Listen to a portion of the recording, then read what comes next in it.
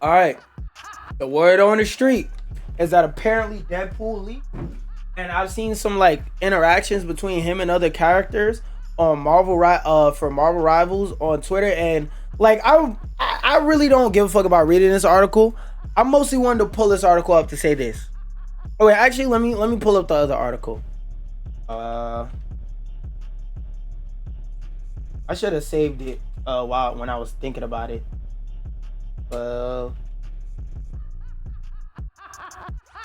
Excuse me. No. Marvel Rivals has next 12 characters planned out.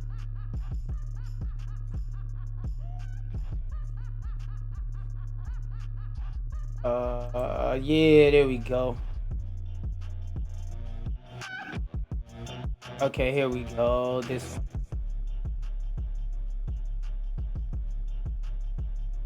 There we go.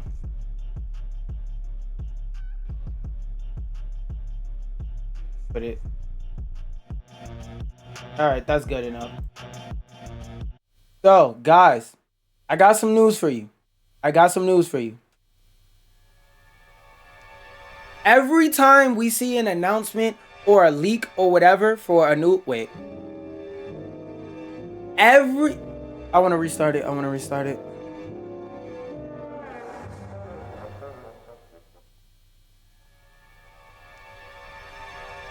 So guys, what I want y'all to keep in mind, every single time we see any type of leak for a new character in Marvel Rivals, that for at least the rest of the year, because they said they're dropping a character every month, for at least the rest of the year is going to be DPS after DPS after DPS after DPS.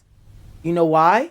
Because it takes a long time to make those characters, and we already, this was the 8th of August, have heard that the Marvel Rival developers have a year's worth of characters planned.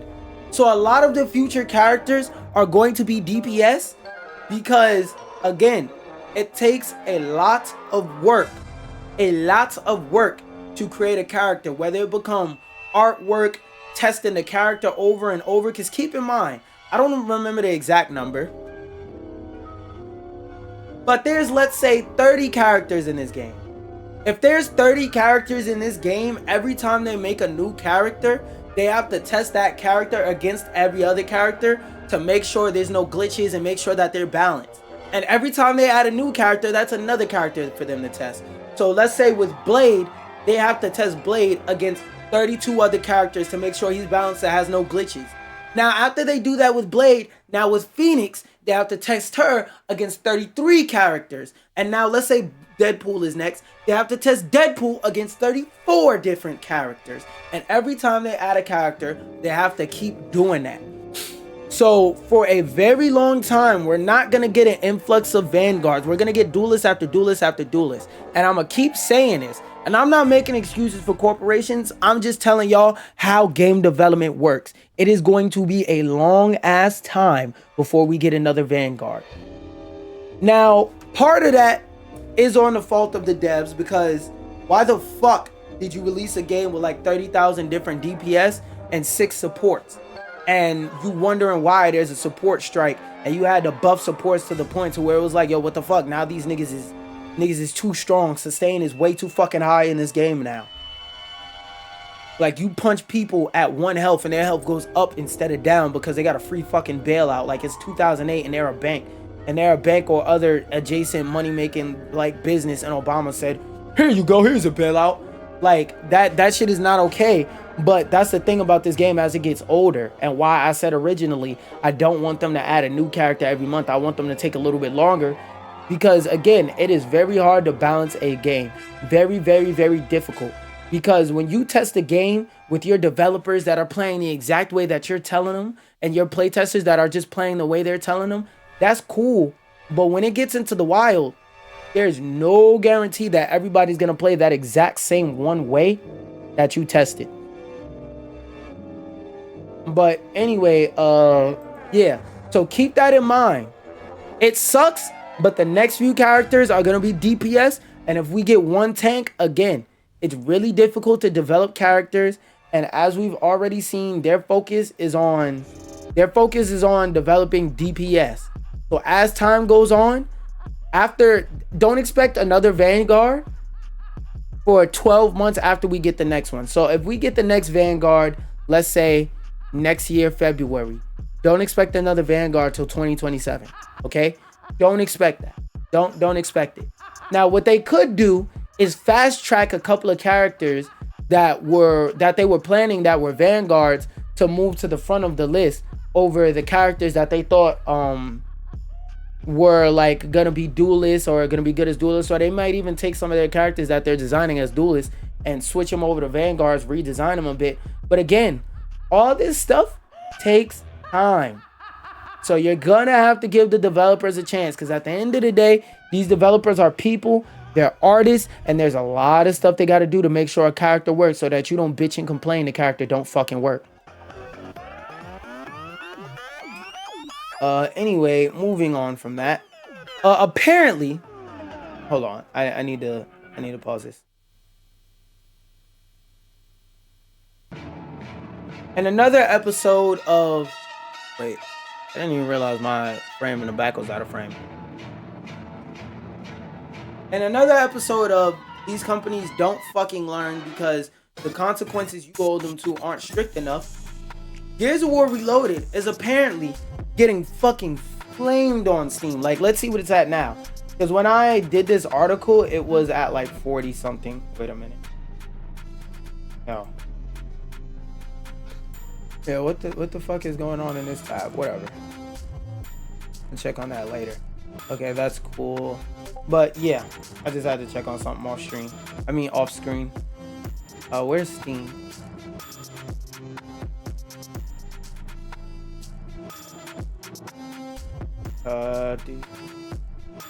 Search Gears of War. Heck, yes. Read a fucking page, nigga. What is it at now? Requires a remit. Mixed, and what is the percentage? It was at 46 earlier, but it's at 48. So it's gotten a slight bit better, but not a significant amount of like jumping from 46 to 80 or some shit like that. So apparently these companies don't learn, because to use Gears of War for the crossplay, you technically do have to sign in for the crossplay. So the Microsoft account thing, I get it. That one, there's actually a legitimate function that you need to sign in for. But re-releasing a 10 plus year old game, yeah, you're getting old. The first Gears of War came out in like 2008. Let me see. Gears of War.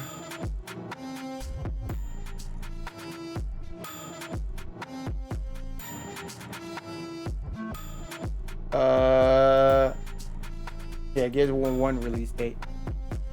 No, what the fuck is this? How old is Gears of War 1? 2006. So that's even longer. This game is coming up on 20 years old. Next year, this game will be 20. Next year, this game will be a year off from being able to legally drink. This game franchise is old. You're fucking old. Gears of War is in college right now. Gears of War is in its second year of college as a franchise. The first one released in 2006. So for a re-release of a 20-year-old game that surprisingly still looks fucking amazing to this day because of the great art style, you niggas just forgot to add split screen co-op? You got a game where to sign in to do crossplay, everybody's getting crashes and glitches? Oh no. Let's read on though. At the time of this writing, Gears of War sits at a 49. Oh, so it went down. 49% positive user reviews on Steam. I played up to Act 3 of the game with an online co-op buddy last night, and the campaign looked and played just fine, but I did encounter some crashes that other players have also reported. Multiple Steam users say Gears of War Reloaded has been crashing on startup after they adjusted their graphics settings or linked their Microsoft account. So if you link your account to use crossplay, your shit gonna crash. That's what this game is right now. Broken. This step went just fine for me. They have a broken 20-year-old re-release. I might want to add. This step went just fine for me, but after linking my Microsoft account, Subsequently disconnecting and force quitting the game, I also found it impossible to boot Gears of War. Damn, so if you sign into a Microsoft account, the game straight up don't boot up. Fuck a crash, it don't boot. I ended up refunding it on Steam, renewing my Xbox Game Pass sub, and re-downloading the game through the Xbox PC app. Damn, so if you want to play the game the way where it works, you have to play it through their interface. What if I don't like their interface, and that's why I brought it on Steam in the first fucking place? What if I don't like Steam's interface either, and that's why I brought it on the Epic Game Store interface? It's like, this shit is just disrespecting your purchase. And what if you don't already have an Xbox account? Now you gotta sign up for an Xbox account just to play what, again, I want to add is a 20-year-old game. This game's almost old enough to drink and drive. This game has earned this game is a few months away from earning its associate's degree. Few months away from earning an associate's degree if it didn't already get it, and it's not getting started on its bachelor. And you can't release the game fucking fully fixed. Renewing my this version of the remaster has performed fine for me for a few hours now, suggesting there is genuinely something wrong with the Steam version. Steam users have also skewered alleged false advertising after the removal of shared split-screen co-op tag from the game's Steam page and the lack of split-screen co-op, a Gears staple in game. Again, how can y'all not get a port of a 20-year-old game right? It's fucking nuts. Like, I don't even need to read the rest of this. The rest of that is just them backing up their claims and saying, this is how we know. Also these corporations are fucking crazy. I don't even have to cut the music off. These niggas is charging $70 for a Hitman game. I don't care if it's or $3 per level. Let's read on. A Hitman World of Assassination launched today for iOS, and a price point is higher than some might have expected. Now that the game has gone live, players have discovered that while the first location is free, you have to pay $70 to unlock the full game, but not necessarily the entire experience. Okay, let's read on. The $70 price for the full game actually represents a savings over buying the 25 levels outright for $3 each purchased that way. So the game is basically $70 because if you buy each level individually, you're spending more than $70. So it's just cheaper to get it $70.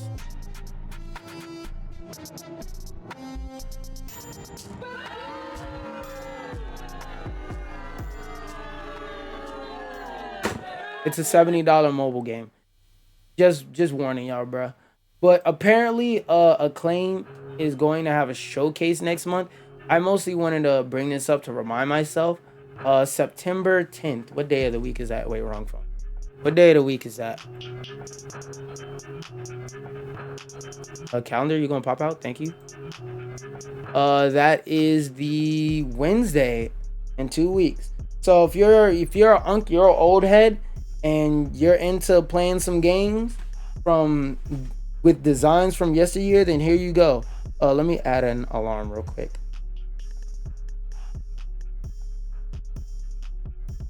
No, let's put it for 1 o'clock, 1 p.m. I'm gonna rename the alarm. Acclaim showcase today. Oh yeah, it happens at 1 o'clock, but it's not until 2:30. At 2:30.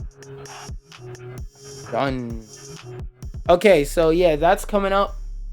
Got my got it saved in my phone, and we definitely will be looking at that. Because for those of y'all who aren't too familiar with Acclaim, because like you're not into retro games or nothing like that, basically every shitty game every shitty game that released on like the SNES and Sega Genesis and shit like that, probably published by Acclaim. Now, there's quite a few games that released that were dog shit that they didn't publish, they didn't release, but again, most of those shit butt ass games that came out in the SNES, Sega Genesis, even up to I think like the GameCube a little bit, that was Acclaim. And that's why, like, that video I watched a while back where dude said, oh, back in my day, games weren't this ass. Yes, they were. Because Acclaim, let's look through Acclaim's fucking catalog real quick, just for giggles and shits. Acclaim game, Acclaim Entertainment. Let's look at their list of games, because they dropped a lot of fucking stinkers. Subsidiaries, no. All Acclaim. All right, there we go. List of Acclaim game, because they have a lot of fucking stinkers in their library. AO. All right, Tiger Heli. I'm looking for the ones that I know. Rambo was fucking ass. No, Airwolf was a banger. That's one of their few bangers. WrestleMania was a banger. This shit I remember being ass. A lot of this shit don't know of. See, like every once in a while they got something like a Double Dragon, but then they got a bunch of shit nobody's ever heard of, like fucking Bigfoot, Narc, Total Recall. Who fuck has actually heard of these games? The Punisher, no, that was decent. Simpsons, I don't know this one, but it's probably ass. All-Star Challenge, if that's the one Game Boy port, yeah, that one was ass. I don't know any mobile NBA games that are good from back then till now. Double Dragon, that's good. WWF, usually those games were good. There's a Beetlejuice game? The movie tie-in game, so I'm gonna bet 50-50 is probably dog shit unless you grew up with it. Let's go to like the mid-90s a little bit. That's what I'd be more familiar with. NBA Jam, that's a rare banger. Warlock, Dragon Age, the Itchy and Scratchy game, I've heard of this. That shit is dog shit. Spider-Man animated series game. If this is the game I think it is, that game is fucking ass. Batman Forever, I know that shit is a double platinum fucking stinker. Street Fighter, the movie, the game. Oh yeah, they published that. Ass.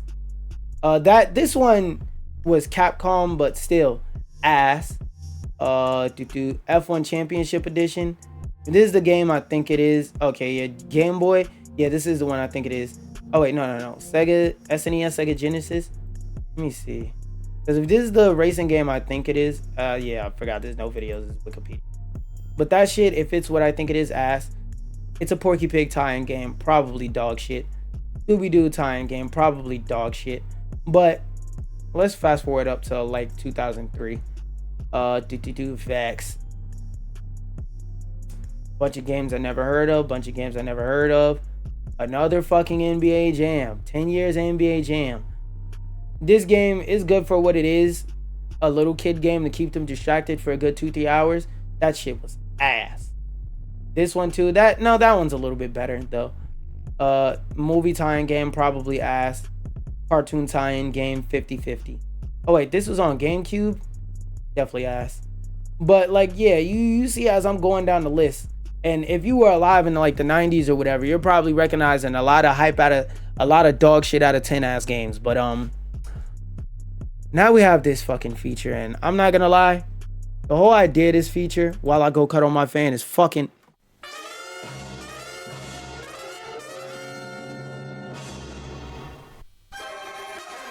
So I don't really have to read the article. I just pulled this picture up for a visual mostly. But for those of y'all who missed it, YouTube is basically adding a feature called the hype feature, where more or less if somebody is under 500,000, which I think that's way too fucking high, after 100,000 followers, you're a large creator. You have enough subs to be definitively making enough money to live off of content creation. I don't know why it's 500K. But after 500,000 subscribers, you don't have access to the feature. But under that, people can basically press a button and get 3 free hypes of a video, where they can pick 3 separate videos to hype up for people under 500,000. Now, this mechanic sounds cool in theory, but it's just going to be a case of the rich getting richer. There's another way for you to fucking fast track little boosted ass channels. That's all I really wanted to say about that. If you have a Google phone, Google is making it so that all Android, you can only download apps that are from verified Android developers. And I don't like this change, because there are certain things that like certain studios may just make and I understand this to get rid of the hackers. But certain studios that aren't verified should still be able to make an APK that you can sideload onto your device. Like, why are you on dick? Why are you on HOTS? Why are you on bad time? This is a fucking terrible change. And this shows that what I'm saying, that Google is moving more and more towards being Apple Junior, and that's a bad thing. Because like the more and more they try and make a walled garden, the worse it's gonna go for them. Because Apple has a strong brand and one device. Android is too all over the place and confusing. Also, another thing I wanted to highlight is Spotify is adding DMs. This is another platform, parents, that you're gonna have to watch your kids on. Because imagine your niece come to you and she say she got a DM from Drake and you realize your niece is 17.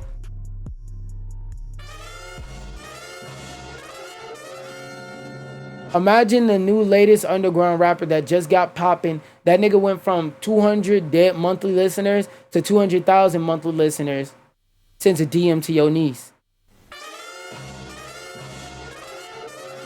Imagine EDP does some shit like, say I was banned from YouTube, so I'm just gonna put the audio of all my videos on Spotify and start DMing young girls off of Spotify.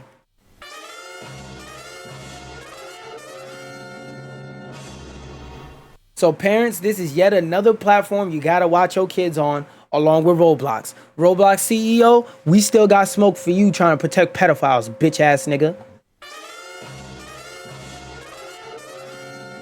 So again. For some goofy ass reason, Spotify added DMs. Watch your kid's phone.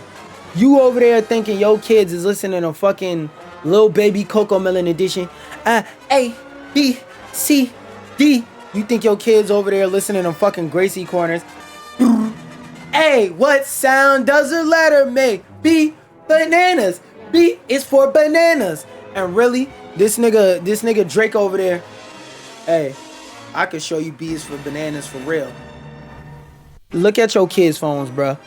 This is a PSA to all parents. I'm not saying you gotta go through your child's phone every night, but be aware. Cause stupid shit like this is happening left and right all over the fucking place. Why does Spotify need DMs? Why?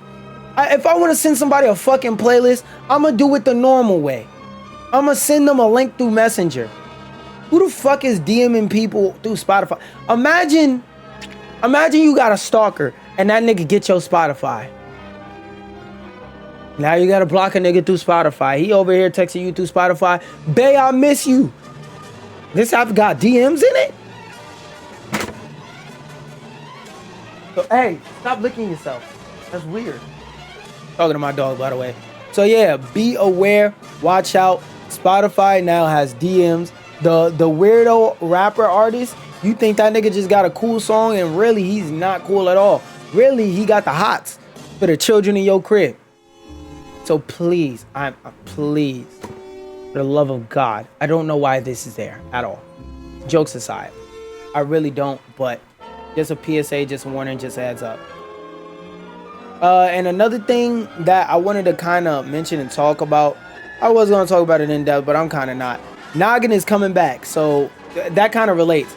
But anybody who is a parent with young children, Noggin is coming back. So you want an app that you know they could safely be on, that'll be nothing but educational content.